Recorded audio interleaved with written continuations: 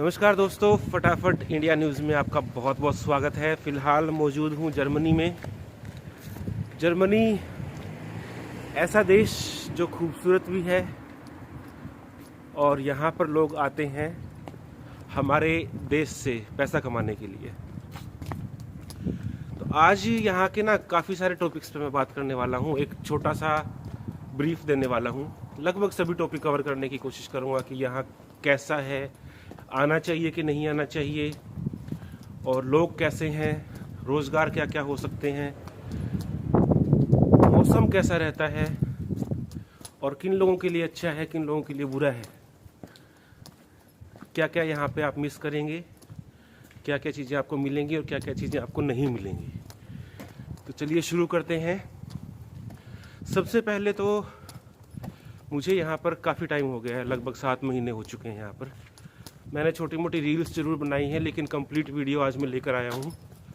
और अभी मेरा जो प्लान है, जो मुझे लंबे समय से फॉलो कर रहे हैं दोस्त, उनको पता है कि रशिया में मैं रहा हूँ। वहाँ रशियन भाषा मैंने सीखी और कुछ वहाँ यूनिवर्सिटी में सीखी, कुछ मैंने ऑनलाइन सीखी। मतलब यूनिवर्सिटी अटेंड नहीं की, जो उनका प्रोग्राम होता है सिखाने का, तो ऑनलाइन स्टडी की। उसके बाद में न्यूजीलैंड चला गया मैं, और न्यूजीलैंड के बाद में थाईलैंड, मलेशिया, और फिर इंडिया आया कुछ दिनों के लिए, और फिर नीदरलैंड्स, और नीदरलैंड के बाद में जर्मनी। तो ये मेरा सफ़र रहा है पिछले टाइम के दौरान। सबसे पहले बात करते हैं कि यहाँ का मौसम कैसा है। मौसम, सर्दियाँ यहाँ की बहुत ठंडी होती हैं। अभी आज भी अगर हम बात करें तो -8 डिग्री इस टाइम पे है, -8 डिग्री। आपको धूप ज़रूर दिख रही है, लेकिन आपको बर्फ़ भी दिखेगी यहाँ पर। मैं आपको बर्फ़ दिखाता हूँ, मतलब आपको सड़कों के साथ साथ बर्फ़ जमी दिख जाएगी। ये देखिए, ये वाइट जो पड़ी है ना, ये बर्फ़ है सारी। धूप भी है और बर्फ़ भी है, और ये लगभग हर जगह पे मिल जाएगी। जहाँ थोड़ी बहुत घास है, कारों के शीशों के ऊपर जमी मिल जाएगी। तो इस टाइम अभी ये जाती सर्दी है। अपने इंडिया में जो जाती सर्दी होती है ना, कहते हैं वो ख़तरनाक होती है।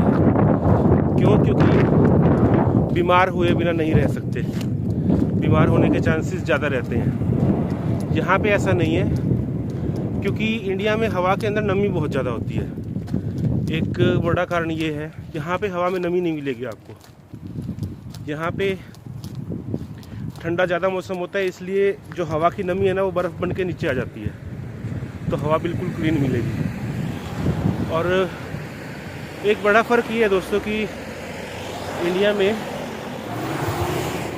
अभी दिल्ली जैसा एरिया है, दिल्ली हो गया, हरियाणा हो गया, दिल्ली से लगता जो भी एरिया है, प्रदूषण का बहुत बुरा हाल है दोस्तों, बहुत ज़्यादा।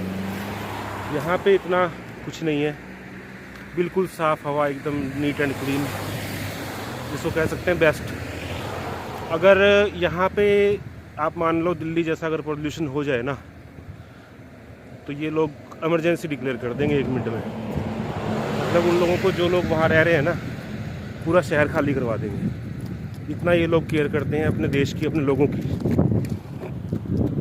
और हालांकि दिल्ली में भी होनी चाहिए। मैं तो कहता हूँ कि कुछ टाइम के लिए हफ्ते में कम से कम 2 दिन 0 व्हीकल कर दो, कि एक भी व्हीकल नहीं चलेगा सिवाय एम्बुलेंस के, क्योंकि एम्बुलेंस एक ज़रूरी सेवाओं में आती है। तो यहाँ हवा वाला जो है मौसम बहुत अच्छा रहता है। बहुत अच्छा मतलब बहुत ज़्यादा अच्छा, सिर्फ अच्छा नहीं, बहुत अच्छा। गर्मियों में तो मज़ा ही आ जाता है। अभी भी ठीक है, ऐसा नहीं है कि कोई तंग होने वाला मौसम है। आप कोट पैंट पहन के, अपने जैकेट वगैरह पहन के बाहर निकल लो। अपने जो नॉर्थ साइड है, वहाँ की गर्मियाँ बड़ी, जो मई जून का महीना होता है, बड़ा ख़तरनाक रहता है। यहाँ ये अच्छी चीज़ है। दूसरा, यहाँ पे हेल्थ केयर वगैरह की बात करें, किसी इंसान को कितनी भी बड़ी प्रॉब्लम है, कोई भी बीमारी है, कुछ भी है ना, उसका सब इलाज यहाँ मुफ्त होता है। यहाँ पे आपको चाहे बुज़ुर्ग है कोई भी है, उनकी सबका इलाज फ्री रहता है। और आप विदेश से भी यहाँ अगर आए हैं, स्टडी पे आए हैं या किसी भी वीज़ा पे आए हैं, तो आपका भी इलाज फ्री रहेगा। चाहे आप वर्क के हिसाब से आए हैं या और कोई वीज़ा के हिसाब से आए हैं, तो आपका इलाज फ्री रहेगा। तो ये यहाँ पर एक अच्छी बात है। इसके अलावा एजुकेशन, प्राइमरी एजुकेशन बिल्कुल फ्री है, बच्चों की सबकी लगभग फ्री है।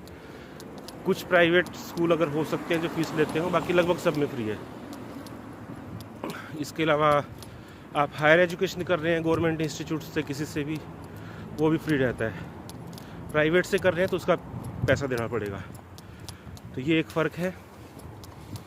इसके बाद अगर बात करते हैं यार, ये जो एक चीज़ मैं आपको बताता हूँ जो मुझे बुरी लगती है, और हालांकि ये मजबूरी भी है, कि यहाँ पे बहुत सारे जो लोग हैं वो आते हैं डंकी रूट से। और यहाँ पे जो डंकी रूट मतलब आपको पता ही होगा, अगर आपने न्यूज़ वगैरह में थोड़े बहुत एक्टिव रहते हैं तो आपको अच्छे से पता होगा कि डंकी रूट क्या होता है। 2 नंबर से इलीगली किसी देश में एंटर करना। यहाँ कुछ दोस्त हैं मेरे जो इलीगली आए हैं, और उन्होंने मुझे अपना एक्सपीरियंस बताया कि जंगलों के अंदर रहते हैं 1-1 महीना, कि कब मौका मिलेगा हमें बॉर्डर क्रॉस करने का, कब हम जाएंगे। तो पता नहीं किस किस रास्ते से आते हैं, और कहते हैं कि हमें जो है खड्डे में कीड़े पड़ा हुआ पानी भी पीना पड़ता है। जो गड्ढे होते हैं, बारिश का पानी वहाँ थोड़ा बहुत रुक जाता है, 1 महीने तक वो पड़ा रह रहा है, सड़ रहा है, लेकिन मजबूरी में आपके पास कुछ है ही नहीं, तो आप वो उस पानी को भी ना, कहते कपड़ा लगा के हम पीते थे। ऐसे ऐसे सिचुएशंस उनको देखनी पड़ती है जंगल में 1-1 महीना, वो भी इतनी गंदी ठंड के अंदर, भयंकर ठंड के अंदर रहना। लोग मर जाते हैं रास्ते के अंदर, फिर भी आते हैं। तो मैं किसी को भी ये नहीं कहूँगा कि आप 2 नंबर से आओ। आना है 1 नंबर से आओ, मोस्ट वेलकम है। अगर यहाँ के लोगों की बात करें, लोग बहुत अच्छे हैं, वेलकमिंग हैं, नेचर के अच्छे हैं। और सीधी सी बात है कि अगर आप अच्छे हैं तो लोग आपके लिए वैसे भी अच्छे ही होंगे। बस यहाँ पे इनके नियम को फॉलो कीजिए। सरकार भी बहुत अच्छी है। डंकी रूट से जो भी आते हैं या कोई भी आता है ना, अगर एक तो होता है कि लोग स्टडी से आ रहे हैं, भी ठीक है, स्टडी से आ रहे हैं, वो तो सबसे बेस्ट है। स्टडी से या वर्क परमिट से आ रहे हैं, बहुत अच्छा है। लेकिन डंकी रूट से आते हैं या किसी भी रूट से आते हैं, वो क्या करते हैं, यहाँ पे आके असाइलम करते हैं। असाइलम मतलब शरणार्थी के रूप में यहाँ पे रहते हैं, और सरकार जो है उनको यहाँ का एक डॉक्यूमेंट बना के दे देती है। कुछ फैसिलिटीज़ मिलती हैं जो लोग आते हैं डंकी रूट से या किसी भी तरीके से। यहाँ पे आकर अगर किसी ने शरण मांगी है, असाइलम कहते हैं शरण को, तो किसी ने अगर शरण मांगी है तो उसे शरण मिलती है। सरकार की तरफ से घर भी दिया जाता है। अगर फैमिली है तो एक सेपरेट पोर्शन दे देंगे। अगर बॉयज़ हैं, इंडियंस हैं, तो उनको भी 3-4 लोगों को एक घर दे दिया जाता है। इस तरह से रहता है। लेकिन वही चीज़ है कि आप यहाँ आओगे तो आपको शरण के लिए यही कहना होगा कि मुझे मेरे देश में खतरा है, और वो चीज़ आपको साबित भी करनी होगी, सिर्फ कहने से नहीं होता। और उसके बाद इंडिया जाने में बहुत टाइम लग जाता है, मतलब कम से कम अगले 5-7 साल तक तो नहीं जा सकते।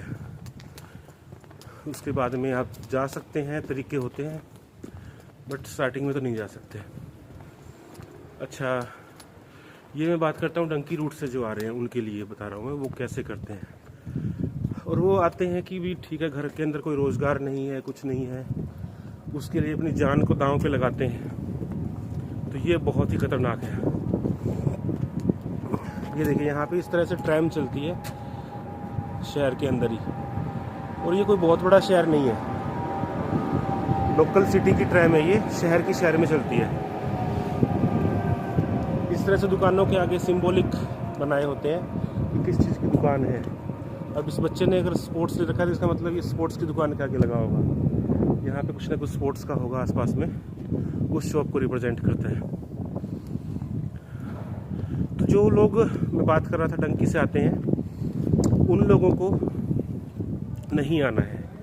आना है तो 1 नंबर से आओ, प्रॉपर तरीके से आओ, अपना वीज़ा अप्लाई करो बढ़िया तरीके से, किसी 1 नंबर वाले एजेंट से आप मिलो, 2 नंबर वालों से मत मिलो। आपकी जान सबसे ज़रूरी है। जिंदा रहोगे तो कमा लोगे, लेकिन मर गए तो क्या करोगे। तो ऐसे ऐसे हालात में लोग रहते हैं कि मौत भी अच्छी लगती है उन लोगों को। अच्छा, दूसरा तरीका जो है कि स्टडी पे आते हैं लोग। स्टडी पे आइए, बहुत अच्छा है, अपना कमाइए। जो लोग असाइलम पे रहते हैं वो लोग, अगर मान लीजिए न्यूट्रल 5 साल न्यूट्रलाइजेशन होता है, 5 साल अगर न्यूट्रलाइजेशन पे रहते हैं तो उनको नागरिकता मिल जाती है अगर उन्होंने भाषा सीख रखी है, यहाँ की भाषा सीख रखी है अच्छे से। B1 लेवल की भाषा, अलग अलग लेवल हैं, A1, A2, B1, B2, C1, C2। तो A1 बेसिक है, उससे ज़्यादा A2 है, उसके बाद C1 है, इस तरह B1 है, उसके बाद B2 है, उसके बाद C1 है, फिर C2 है। तो कम से कम B1 लेवल की भाषा आती हो और आप यहाँ जॉब कर रहे हैं, कमा रहे हैं, सरकार को टैक्स दे रहे हैं, तो आप यहाँ पे रह सकते हैं, नागरिकता मिल जाती है। और आपका असाइलम का केस जेन्युइन है, केस भी पास हो गया है, तो नागरिकता मिल जाती है। और यही तरीका, बाकी जो आप किसी भी वीज़ा से आए हो, आपको B1 लेवल की भाषा तो आनी ही चाहिए, और इसके अलावा जॉब आपके पास होनी चाहिए अगर आपको सिटीजनशिप यहाँ की चाहिए। इसके साथ में जो लोग वर्क परमिट पे आते हैं, वर्क परमिट में क्या क्या अपॉर्चुनिटीज़ है उसकी भी हम थोड़ी बात कर लें। डॉक्टर्स के लिए, इसके अलावा नर्सिस के लिए, कंस्ट्रक्शन लाइन के लिए, और ट्रक ड्राइवर्स के लिए, इसके अलावा जो वेयर हाउसेस होते हैं उनके लिए जॉब्स हैं यहाँ पर। कंपनियों को ज़रूरत है और वो रखते हैं स्टाफ को। अब इंग्लिश कंट्रीज़ में ये डिफरेंस है कि वहाँ पे जॉब्स नहीं है, क्योंकि इतने ज़्यादा इंडियंस वहाँ जा चुके हैं कि आप सोच नहीं सकते। और वहाँ पे रेसिज्म भी है, यहाँ रेसिज्म नहीं मिलेगा आपको। मतलब यहाँ के लोग इंडियंस से कोई नफरत नहीं करते, सबको अच्छे लगते हैं इंडियंस यहाँ पे, आपसे अच्छे से बात करेंगे। कुछ लोग जो बाहर के आते हैं, कुछ कंट्रीज़ का अगर मैं नाम लूँ, जैसे लेबनान हो गया, या फिर सीरिया वगैरह हो गया, ये जो देश हैं, या फिर फ़िलिस्तीन जैसे हो गया, इन देशों के जो लोग हैं ना, वो आके यहाँ पे लड़ाई झगड़े, ड्रग्स इस तरह के काम करते हैं। उसकी वजह से बाहर वाले बदनाम होते हैं। अदरवाइज़ इंडियंस कुछ नहीं करते, इंडियंस अपना कमाते खाते हैं। 99.9%। कोई हज़ारों में एक बंदे ने कुछ गलत काम किया तो उसका नहीं कह सकता, लेकिन हज़ारों में एक भी नहीं करते हैं, वो अपना कमाते खाते हैं। इंडियंस सबसे अच्छी कम्युनिटी है। इसके अलावा पाकिस्तानी है, वो भी अपना बढ़िया तरीके से मेहनत करते हैं, वो भी कुछ उल्टा काम नहीं करते हैं, तो इसलिए इनको पसंद करते हैं। और इंग्लिश कंट्रीज़ इसलिए नफ़रत करते हैं, नफ़रत मतलब मैं ये नहीं कहता कि सभी लोग नफ़रत करते हैं, लेकिन ज़्यादातर वहाँ के लोग ये नहीं चाहते कि बाहर वाले आएँ। उसका कारण है कि बाहर वाले ने आके उनकी नौकरी खा ली, उनकी जॉब्स खा जाते हैं। अब वो सोचते हैं कि इसकी जगह अगर मैं लगा होता तो वो पैसा मेरे घर आता। अब मेरी जगह इंडियंस लगे हैं या पाकिस्तानी लगे हैं, तो वो उनके दिमाग में एक चीज़ रहती है। और ये है भी कि जिस काम के लिए मान लीजिए कोई अंग्रेज़ है, वो $10,000 या $10,000 मांग रहा है, इंडियन उसको 8,000 में कर देगा, तो वो क्यों वो करेंगे। तो ये एक डिफरेंस है। तो यहाँ पे जॉब अपॉर्चुनिटीज़ है, और इसके अलावा बहुत सारे ऑप्शंस भी हैं, बट सीधी सी बात है कि टैलेंट होना चाहिए। टैलेंट नहीं है तो कोई अपॉर्चुनिटी नहीं है। अगर आपको इंग्लिश भी नहीं आती है तो आपके लिए कुछ नहीं है यहाँ पर। फिर तो आप वही है कि 3rd क्लास लेबर वर्क कर सकते हैं, और वो भी उसके लिए वीज़ा नहीं मिलेगा। जो लोग यहाँ पे 2 नंबर में रहते हैं उनका बता रहा हूँ कि वो लोग 3rd क्लास वर्क ही करते हैं, मोस्टली लेबर वर्क करते हैं। यहाँ भाषा सीखिए, भाषा सीखने के बाद आप राजा हैं यहाँ पर। सिटीजनशिप होगी तो उससे बढ़िया तो कुछ भी नहीं, एक बार PR होगी उसके बाद में। तो ये है। और इसके अलावा जो इंग्लिश कंट्रीज़ का मतलब 5 कंट्रीज़ आप मान लीजिए, अमेरिका, कनाडा, UK और ऑस्ट्रेलिया, न्यूजीलैंड। तो दोस्तों, आज के वीडियो में मैंने कोशिश की बताने की यहाँ पे कैसा सारा सिस्टम है। आना चाहिए नहीं आना चाहिए वो आपकी मर्जी है, लेकिन जो जो चीज़ें मैं कवर कर सकता था वो कवर करने की कोशिश की। बाकी डिटेल वीडियो आते रहेंगे सभी चीज़ों पर। आप कमेंटों के माध्यम से बताइए कि आपको किस चीज़ की अधिक जानकारी चाहिए, वही चीज़ पे मैं वीडियो लेकर आऊँगा। आज के लिए इतना ही। मिलेंगे नई न्यूज़ और नए रिव्यू के साथ, नई जगह के साथ। तब तक के लिए जय हिंद, जय भारत।